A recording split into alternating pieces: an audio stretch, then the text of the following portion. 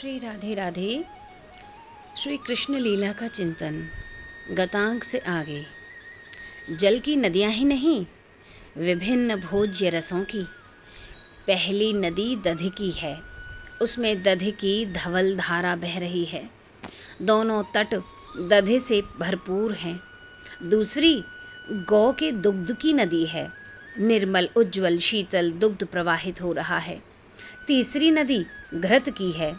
पीत वर्णा यह घृत नदी मंद गति से प्रवाहित हो रही है। दोनों किनोर घृत सिक्त हो गई हैं। चौथी गुड़ की नदी है। पीताभ गुड़ की यह पयस्विनी अत्यंत स्थिर सी है, मानो सचमुच ही किसी नदी की पीताभ जलधारा हिम के संयोग से जम गई हो। ऐसी इस गुड़ कुल्या यानी गुड़ की नदी की शोभा है। पांचवी तैल नदी प्रवाहित हो रही है। मंद मंथर गति से धीरे धीरे यमुना की ओर इसकी गति है। छठी नदी अत्यंत विस्तीर्ण है। यह मधुकुल्या है। इसमें मधुधारा बह रही है। सातवीं नवनीत नदी है। उज्ज्वल हिमपिंड की भांति नवनीत खंड जम से गए हैं। अत्यंत शांत सी प्रतीत हो रही है। इसका प्रवाह परिलक्षित नहीं होता। इन मात के अतिरिक्त तक नदियाँ भी हैं। ये कई हैं तथा द्रुत गति से झरझर करती हुई यमुना की ओर भागी जा रही हैं। कुछ शर्क रोधक नदियाँ हैं। इनकी शर्करा मिश्रित मिष्ट जलधारा अत्यंत प्रखर गति से उद्यान की परिक्रमा कर रही है।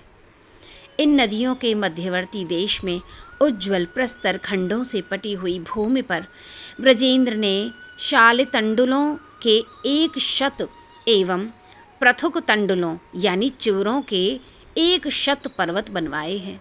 वहीं 7 लवण पर्वतों का भी निर्माण करवाया है। इसी तरह शर्करा के 7 एवं लड्डू के 7 पर्वत निर्मित हुए हैं। परिपक्व सुमधुर फलों के 16 पर्वत रचे गए हैं। यवचूर्ण यानी जौ के आटे तथा गोधूम चूर्ण यानी गेहूं के आटे के भी अनेक पर्वत बने हैं। मोदकों का पर्वत निर्मित हुआ है। विशेष कौशल से निर्मित अत्यंत सुस्वादु एवं एक प्रकार की पूरियों के अनेक पर्वत खड़े किए गए हैं। इन पूरियों के पर्वतों पर राशि राशि सुसंस्कृत लड्डू रख दिए गए हैं। इनसे कुछ हटकर व्रजेंद्र ने 7 कौड़ियों के पर्वत बनवाए हैं। वहीं पर सुवासित जलयुक्त कर्पूरादि मिश्रित चंदन अगुरु कस्तूरी कुंकुम समन्वित तांबूलों का अत्यंत विस्तृत पर द्वारहीन एक मंदिर का निर्माण करवाया है। विभिन्न जाति की रत्न राशि एवं सुवर्ण सुरम्य मुक्ताफल तथा प्रवाल पुंज ढेर के ढेर यथास्थान रख दिए गए हैं। रंग बिरंगे सुंदर वस्त्र एवं सुंदर आभूषणों के स्तूप लग गए हैं। जिस आंगन में श्री कृष्णचंद्र अन्नप्राशन करेंगे उसे भी व्रजेंद्र ने स्वयं उपस्थित रहकर सजाया है। सुभार्जित चंदनवार से सर्वत्र सिक्त विशाल सुंदर प्रांगण में चारों ओर से ऊंचे ऊंचे सघन कदली स्तंभ खड़े कर दिए गए हैं। कदली स्तंभों पर यथास्थान सूक्ष्म वस्त्रों में ग्रथित आम्र नव पल्लव टंगे हैं।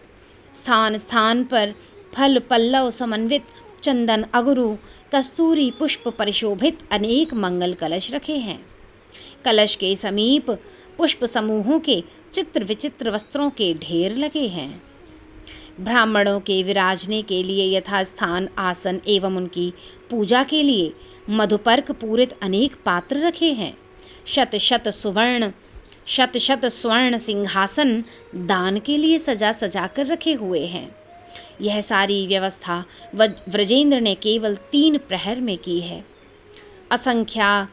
असंख्य गोप सेवकों को लेकर आधी रात के समय व्रजेश्वर ने कार्य आरंभ किया था।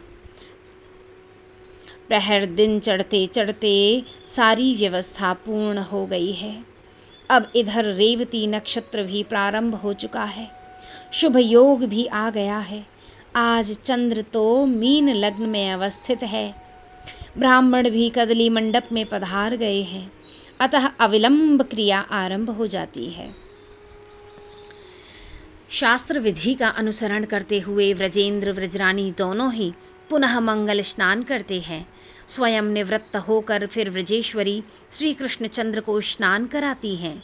पश्चात पूर्वाभिमुख हो आसन पर नंद दंपति विराजते हैं। उस समय व्रजरानी की गोद में श्री कृष्णचंद्र को देखकर व्रजेंद्र कुछ क्षण के लिए तो सब कुछ भूल जाते हैं। याजक भूदेवों की भी यही दशा होती है।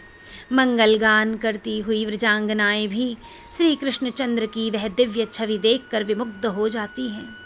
ब्राह्मण कुछ देर बाद प्रकृतिस्थ होकर आचमन, स्वास्थ्यवाचन, दीप प्रज्वलन, अर्घ्य स्थापन आदि संपन्न कराते हैं, पर उनकी मुद्रा ऐसी हो गई है मानो किसी गाढ़ समाधि से अभी अभी उठे हों।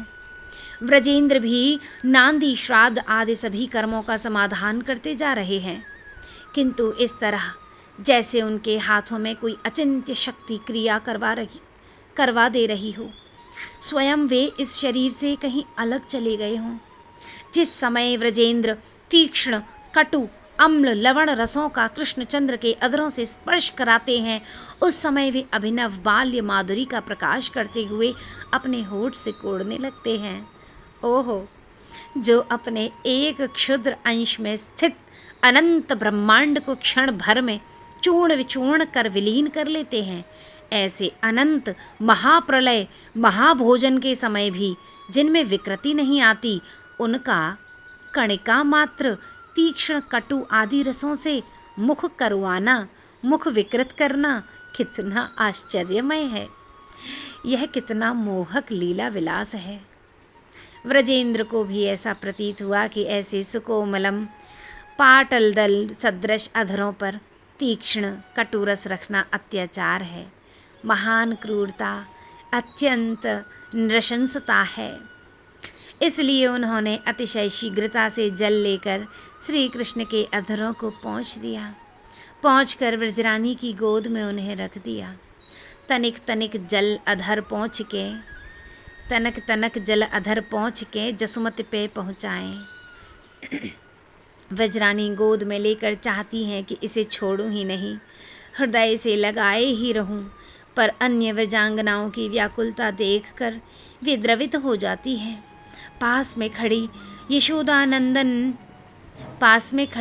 यशोदा नंदन ने हृदय पे धारण करने के लिए अत्यंत उत्कंठित एक गोपी की गोद में वे पुत्र को रख देती हैं।